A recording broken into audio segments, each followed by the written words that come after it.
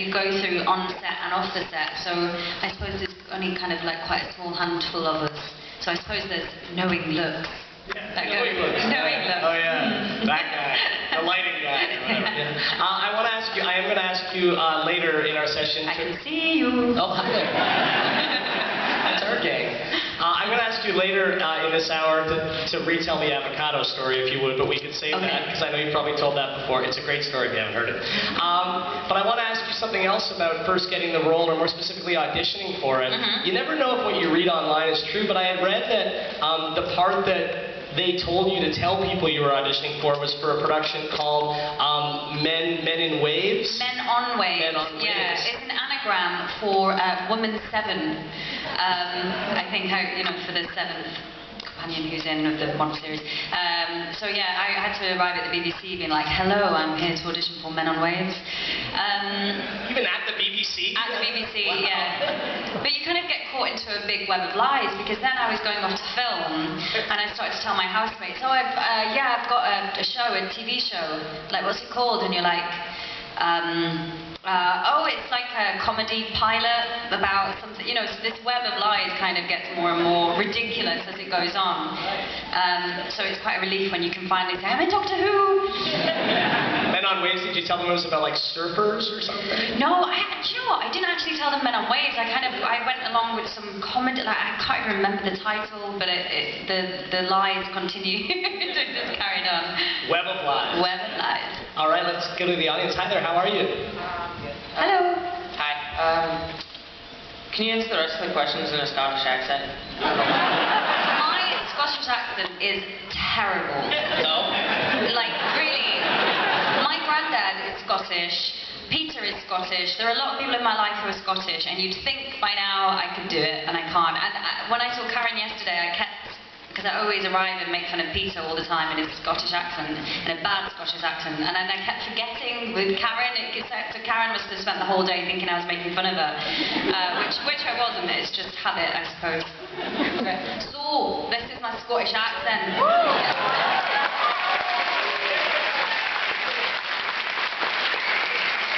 What does Peter Capaldi think of your Scottish accent?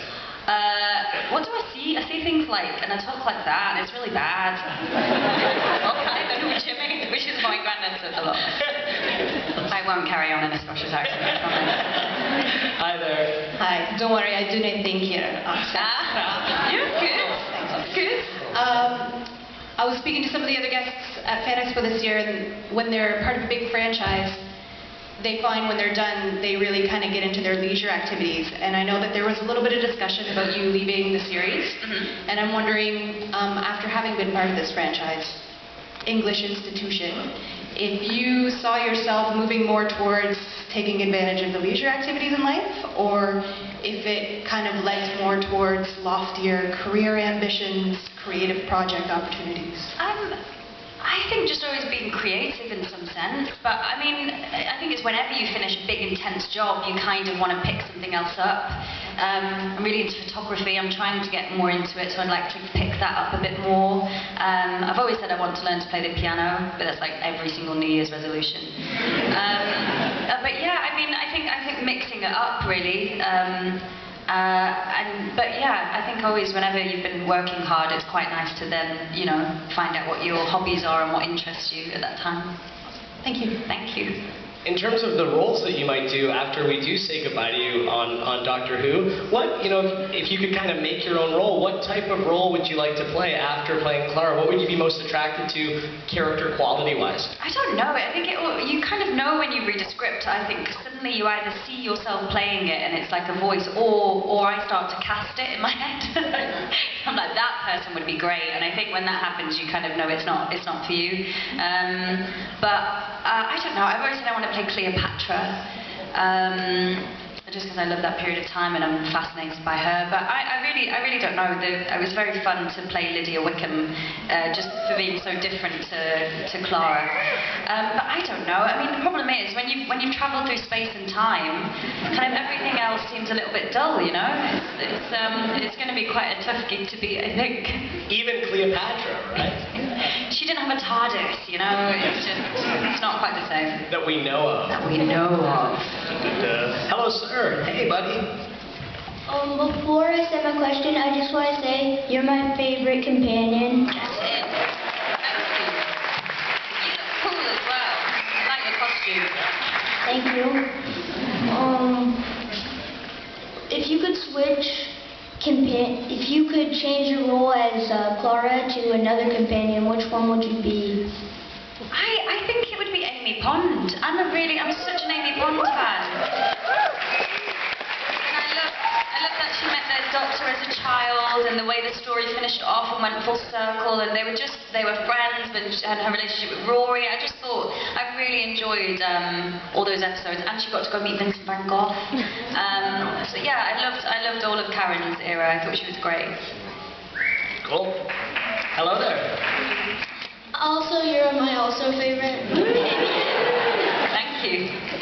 So my question is that do you actually know how to make a souffle? No! Does anybody? I've Googled it as well. I Googled it and went really serious on it. It's really hard. Souffles are hard to make. Did you watch a YouTube video of something? Yeah, I did. I actually did. It was like on some video on how to make a souffle, because I wanted to look realistic. There was a scene where I was whipping some eggs, I think. So I wanted to look really realistic. So I actually looked it up. What did you think about the way we first met Clara? Because obviously, when we first met you, you were Osmond. So what did you think about the way we first met her in Asylum of the Daleks? I love Osmond Oswald.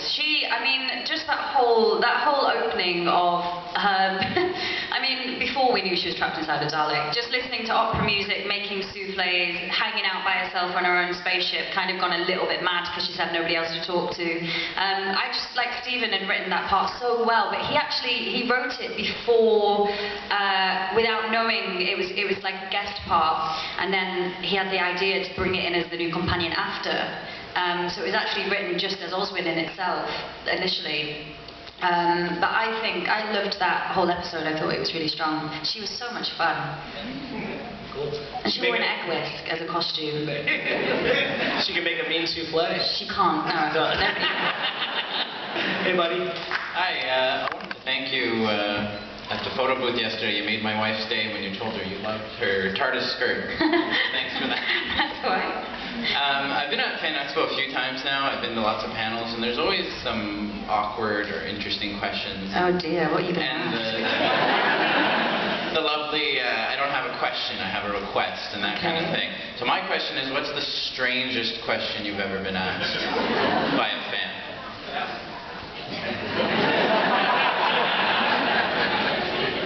This one. Do you know? No. Oh no, I think it might be rude, so I don't want to say it. But it was to do with the line. Never mind. I can't. I don't know what's appropriate. I won't go there. But it was something slightly. Oh dear. Somebody else take over. Canadians are quite naughty. You could probably say it.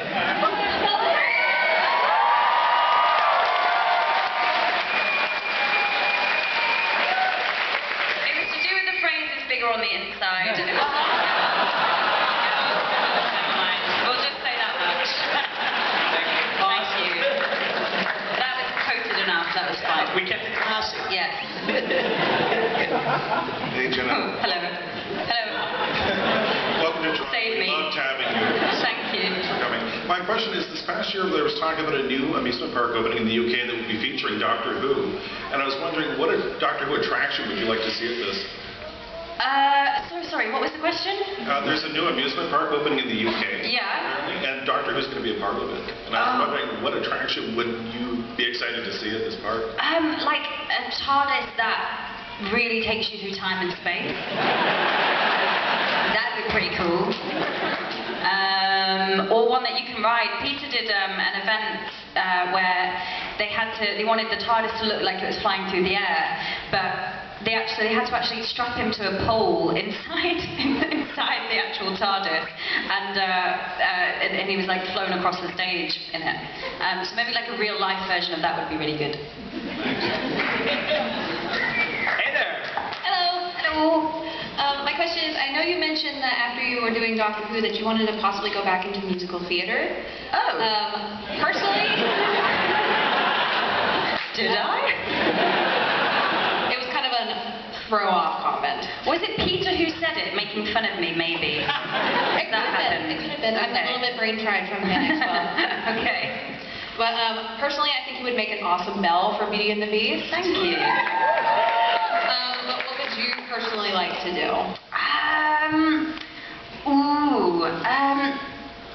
I would maybe like to do, maybe like cabaret and do something really kind of classic, I think. Or maybe like Glinda in Wicked or something, like quite mad and out there. I'm just going to keep going. Or Chicago. I mean, you can keep going if you like. Actually, I want to play the Little Mermaid. There we go. Yes, I can also give it that. Yeah. Thank you. Thank you. You said Peter might have been making fun of you. Does he make fun of you a lot? Well, my first ever job, I did it when I was like 10 years old, and I went to an open audition, and I had to sing Happy Birthday to myself. Was the audition, and I got the part, and it was in a musical called Summer Holiday, and I played an Italian bridesmaid who just had to like do this basically. So ever since then, Peter always talks about my musical theatre career. When I was 10 years old. Hello there. Hello. Hello. Hello. Right here. There's a scene in Mummy on the Orient Express where Clara's on the phone with Danny saying, "I love you." Yes. However, there's another panel where you said that "I love you" was said towards the Doctor.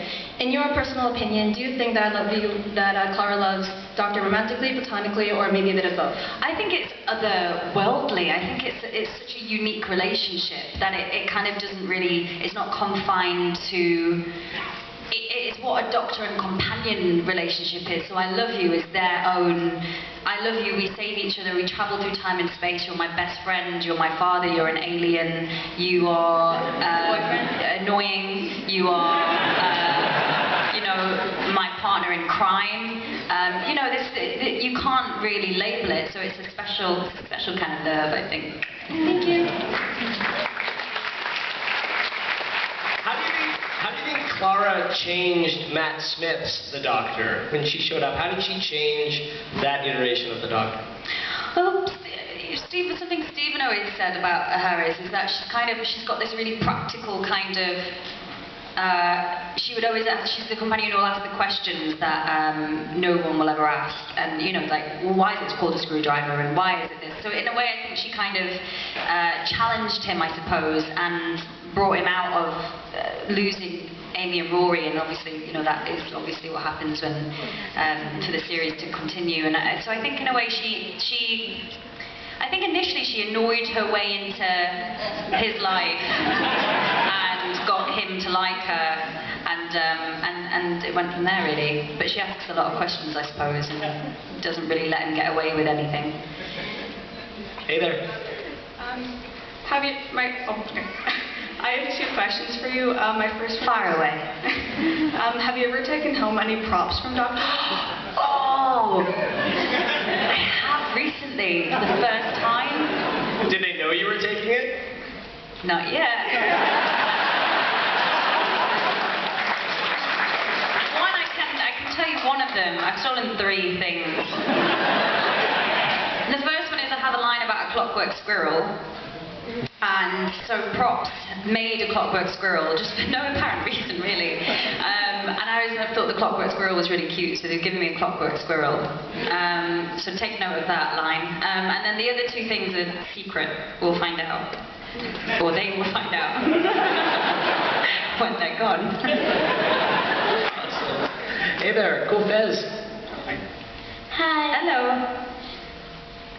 As an actor, did you find the transition from Matt Smith to Peter Capaldi challenging? It's not really the transition that was challenging, but it's a whole new relationship that you have to begin and create with a history. So I suppose it's like starting all over again with your best friend who you know the most in the world, and not knowing what it's going to be really. But so I suppose it's the start of any any, you know, two actors on set together. It's the start of any working relationship, I suppose. So a challenge in a really good way, in a really fun way, because it made it different and allowed us to turn it up on its head, really, and change the dynamic totally. So that was really, really fun. No one. Hello. Oh, this is Amanda, by the way, our other sign language interpreter. Hi, Amanda.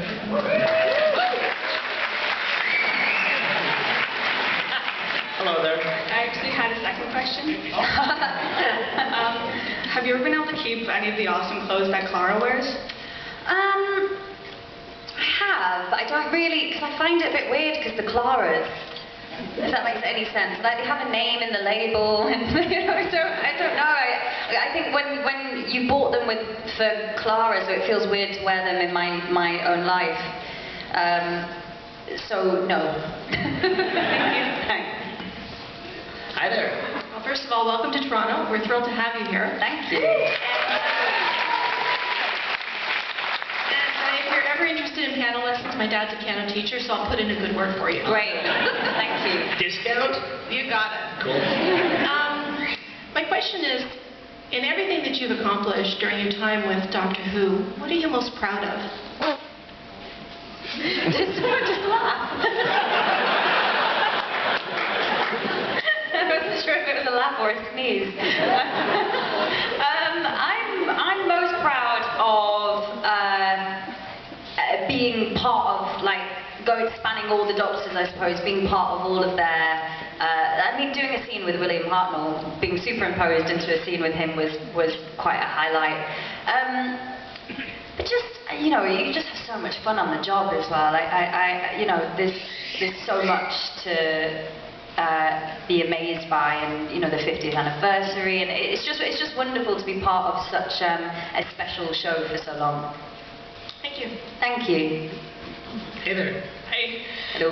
So I'm wondering, what would be your catchphrase? Like, the show has a lot of great catchphrases, so if you as yourself had a catchphrase, what would it be? Oh, that is hard. Especially if Stephen Moffat's in here to write it for me. You could write your own line. Oh God, that's really hard. Catchphrase. You ask a lot of questions. Maybe your catchphrase would be a question. What's my catchphrase? There we go. Thanks. I'll probably fire one out in about 5 minutes when I come up with it. Hey there. Hello. Hi. You played Lydian Wickham, which Pride and Prejudice was one of my favorite books, and you did such an amazing job. Thank you. What was your favorite part about playing her? Having to be so ridiculous.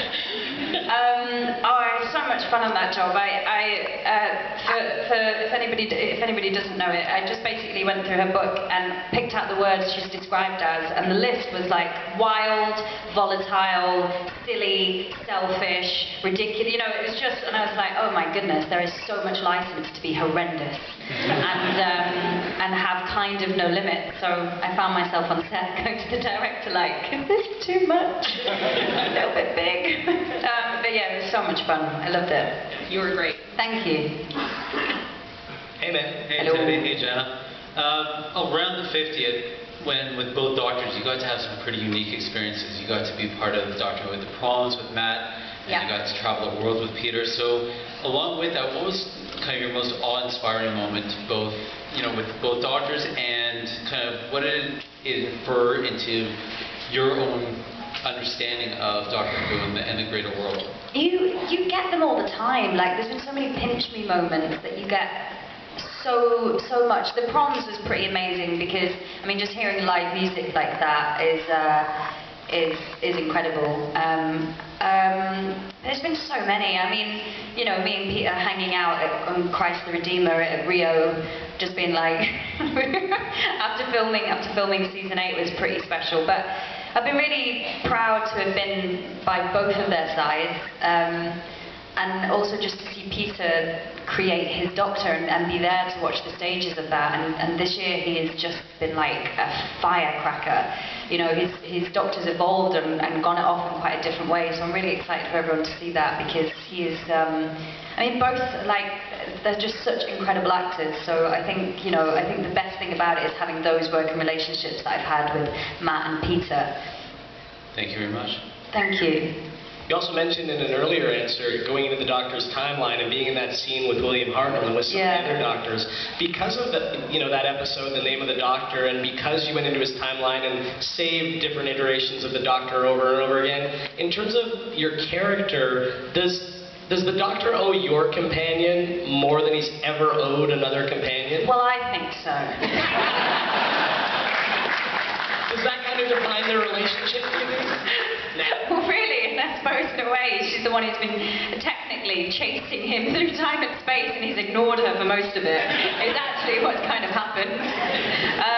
But yeah, I think between both of them, I think they save each other. And now this season, what's happening is, she's no longer got any ties to Earth because poor Danny is in cyber heaven.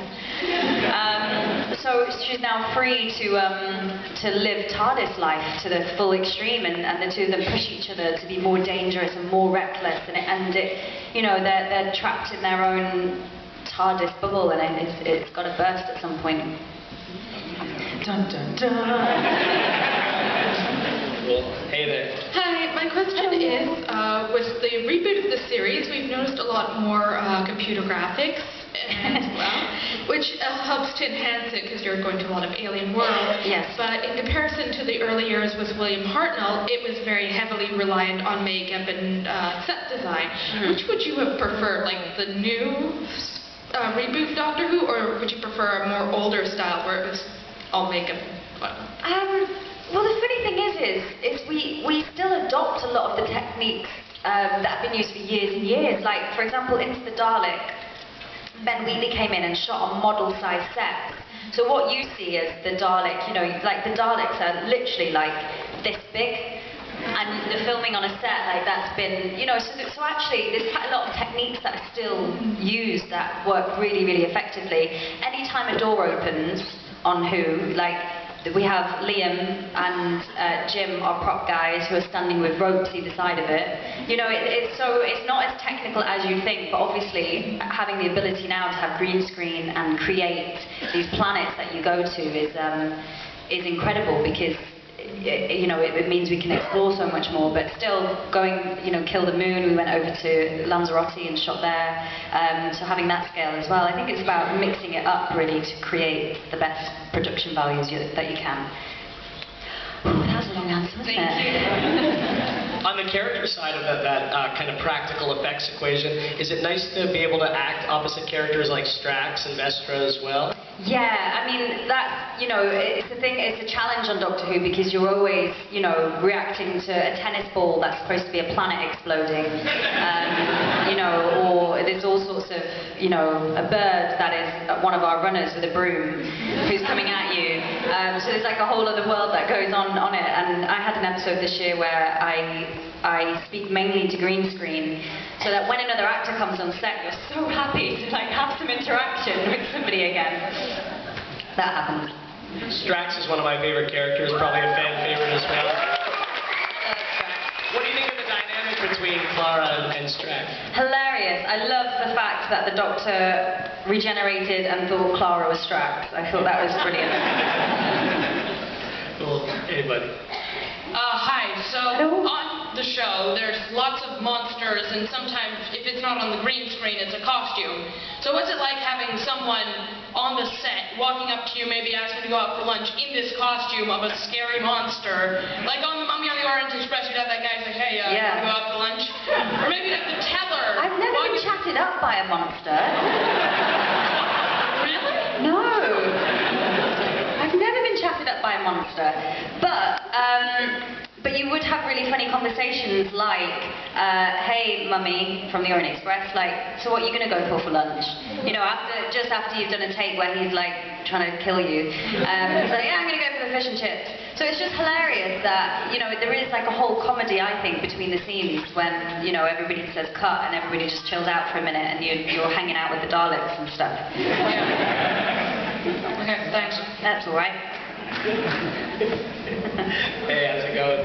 Hi, so my question is, obviously there are a lot of creatures and different species of aliens and stuff on Doctor Who, because the universe is huge, but if you had to come up with a enemy, almost, for you and the Doctor to face in a different episode, what would you give them that you would want to face? Like, what kind of alien or creature would you want to be able to face that you think would be really fun? That's a really good question.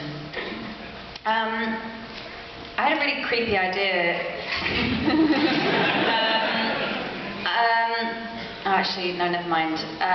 Creepy's always the best. Creepy's always the best, but I always say the ones that come slowly at you, I don't like, because this is like, that's why I really like the Whisper Men, and I'd love them to come back, because they had, and especially Offset as well, they were really creepy because they had like that kind of scream mask on their faces, but it was like cloth, and like they always had like really smart suits and a style, that so they'd come at you really slowly with like a confidence, and that Did they try to chat you up? No, they didn't try to chat me up either.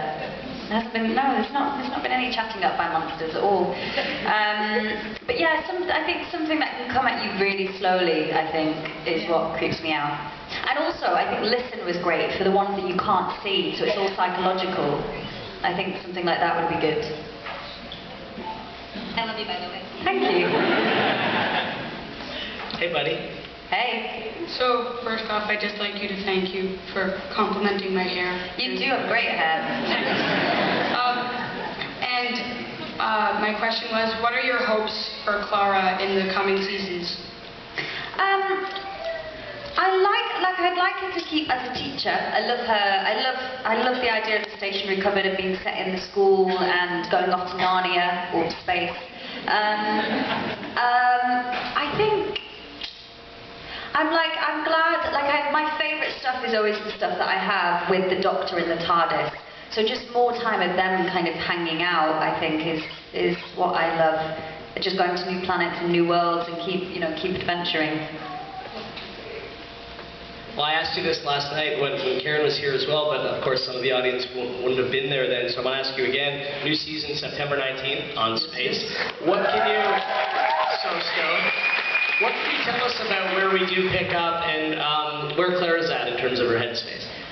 Clara is in a very different place to when we last saw her. Oh my goodness, it was last Christmas, wasn't it? It's been quite a while for you guys. But she's got a totally new perspective on life, I think, and I think, like I said, she's got no more earth ties, really, so she just wants to be... I think what she's realised is life is short, so let's get in the TARDIS and go places and see things and eat it all up and do as much as you can, because she kind of doesn't fear her own mortality as much anymore, because she's kind of lost everything, really. So I think she's very different. She's a lot more reckless.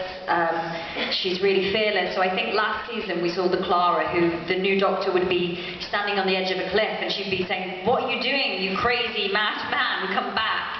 And whereas this season she's up on the cliff with him going, "Come on, let's jump, let's do it, let's see what's down there." So I think that's the kind of quite a big difference. And we have Michelle Gomez back, and we have Vikings, Zygons, Maisie Williams in from Game of Thrones as well. It's brilliant, and I'm not going to tell you anything else. But yeah, it's really exciting. Hi there. Hello. You look so comfortable. Thank you. So when you were first given the role of Clara, were you told what the whole answer behind the mystery to her was? And what was it like to keep that secret? Well, I didn't know, so I didn't have to keep it secret, so that was good. I knew I was playing Clara's from different reiterations through time and space, but I didn't know why. Which is what Stephen does a lot often, is we kind of know a general arc of the season, but we don't know the resolve, like episodes 11 and 12, until we read them on the page. Which is good, because you kind of don't need to play anything, you just need to play what's in front of you. So it was good. It was much a surprise to me when I picked up Name of the Doctor, as it was to everybody else.